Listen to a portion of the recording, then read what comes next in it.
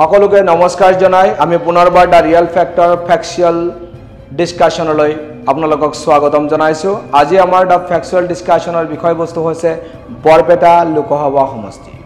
বৰপেটা লোকসভা সমষ্টিত 7 মেত অনুষ্ঠিত হ'ব লগা নিৰ্বাচনত কোন গৰাকী প্ৰাৰ্থী ফেভাৰিট হ'ব, ৰাইজৰ আটাইতকৈ প্ৰিয়ভাজন কোন হ'ব, কিয় কি কাৰণত কাৰ মাজত কোনপটীয়া প্ৰতিদ্বন্দ্বিতা হ'ব আৰু নিৰ্বাচনী যুঁজটো কেইগৰাকী প্ৰাৰ্থীৰ মাজত সীমাবদ্ধ থাকিব, এই বিষয়ে আমি বিস্তাৰিত আজিৰ ফেক্সুৱেল ডিসকাশনত আলোচনা কৰিম।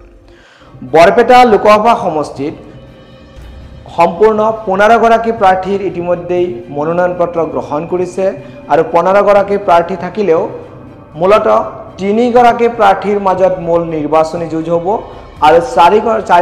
4 নম্বৰ যিগৰাকী প্ৰাৰ্থী থাকিব সেয়া হৈছে নিৰ্দলীয় প্ৰাৰ্থী দুলু আহমেদ। কিন্তু মূল যি নিৰ্বাচনী যুঁজ হ'ব সেয়া 3 গৰাকী প্ৰাৰ্থীৰ মাজত হ'ব আৰু সেই 3 গৰাকী হৈছে বিজেপি সমৰ্থিত অসম গণ পৰিষদ দলৰ প্ৰাৰ্থী ফণী ভূষণ চৌধুৰী, CPIM দলৰ প্ৰাৰ্থী মনোৰঞ্জন তালুকদাৰ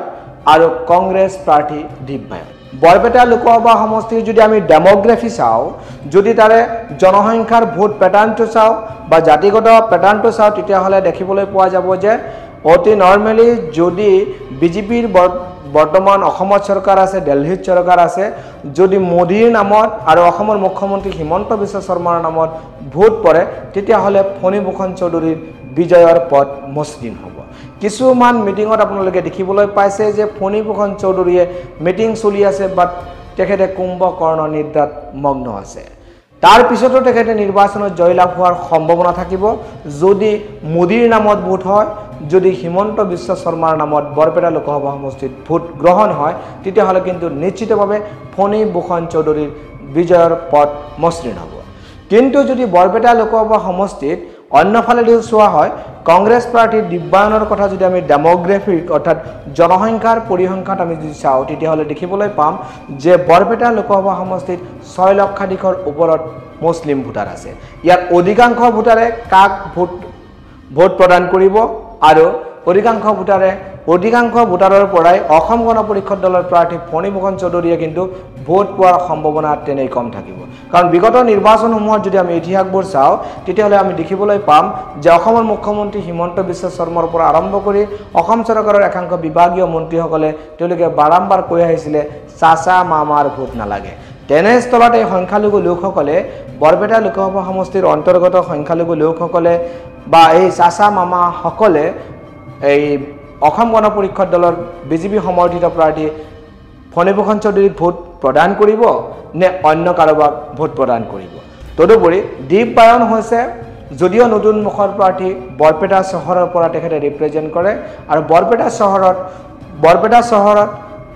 আমি যিমান দূৰ ইতিমধ্যে আমি ইনফৰমেশ্যন লৈছোঁ, বৰপেটা চহৰৰ পৰা দীপ বায়নে যথেষ্ট সংখ্যক ভোট পোৱাৰ সম্ভাৱনা আছে। তাৰপিছতো বায়ন উপাধিৰ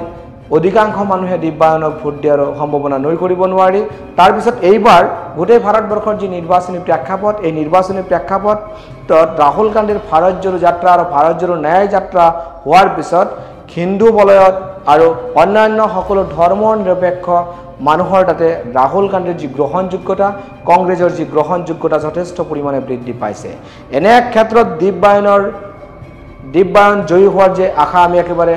নৈ কৰিব পাৰি তেনেকুৱাও নহয়। হয়তো সময়ৰ প্ৰেক্ষাপটত যদি ভাৰতবৰ্ষত যেনেকুৱা নিৰ্বাচনী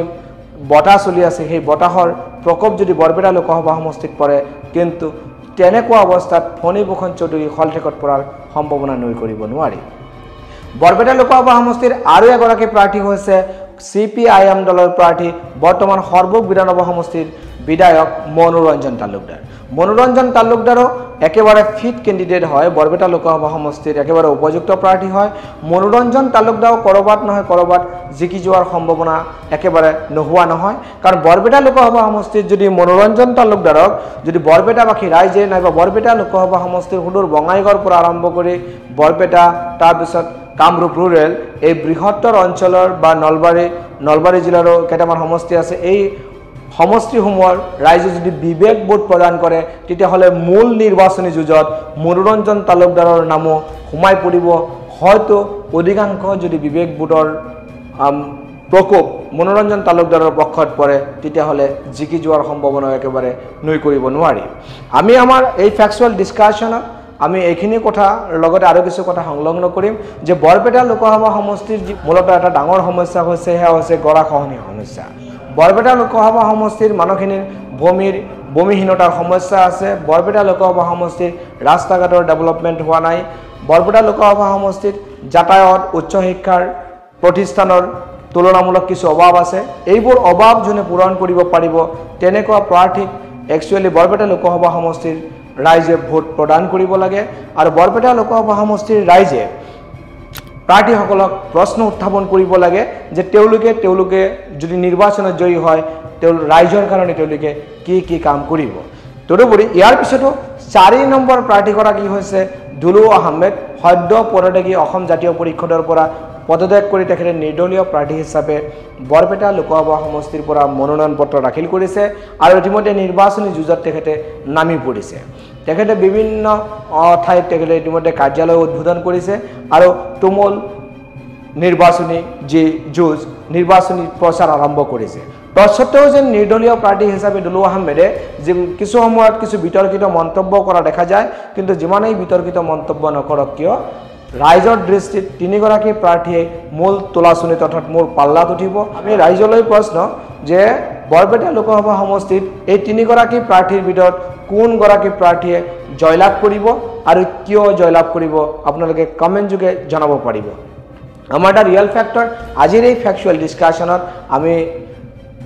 আপোনালোকক বৰপেটা লোকসভা সমষ্টিৰ বিস্তাৰিত এটা বিষয় আলোচনা কৰিলো আমাৰ আলোচনা আপোনালোকে ভাল লাগিলে লাইক কমেন্ট শেয়াৰ যোগে আমাক সহাৰি জনাব আপোনালোকে চাই আছিলে আপোনালোকৰ প্ৰিয় channel the real factor digital media platform ধন্যবাদ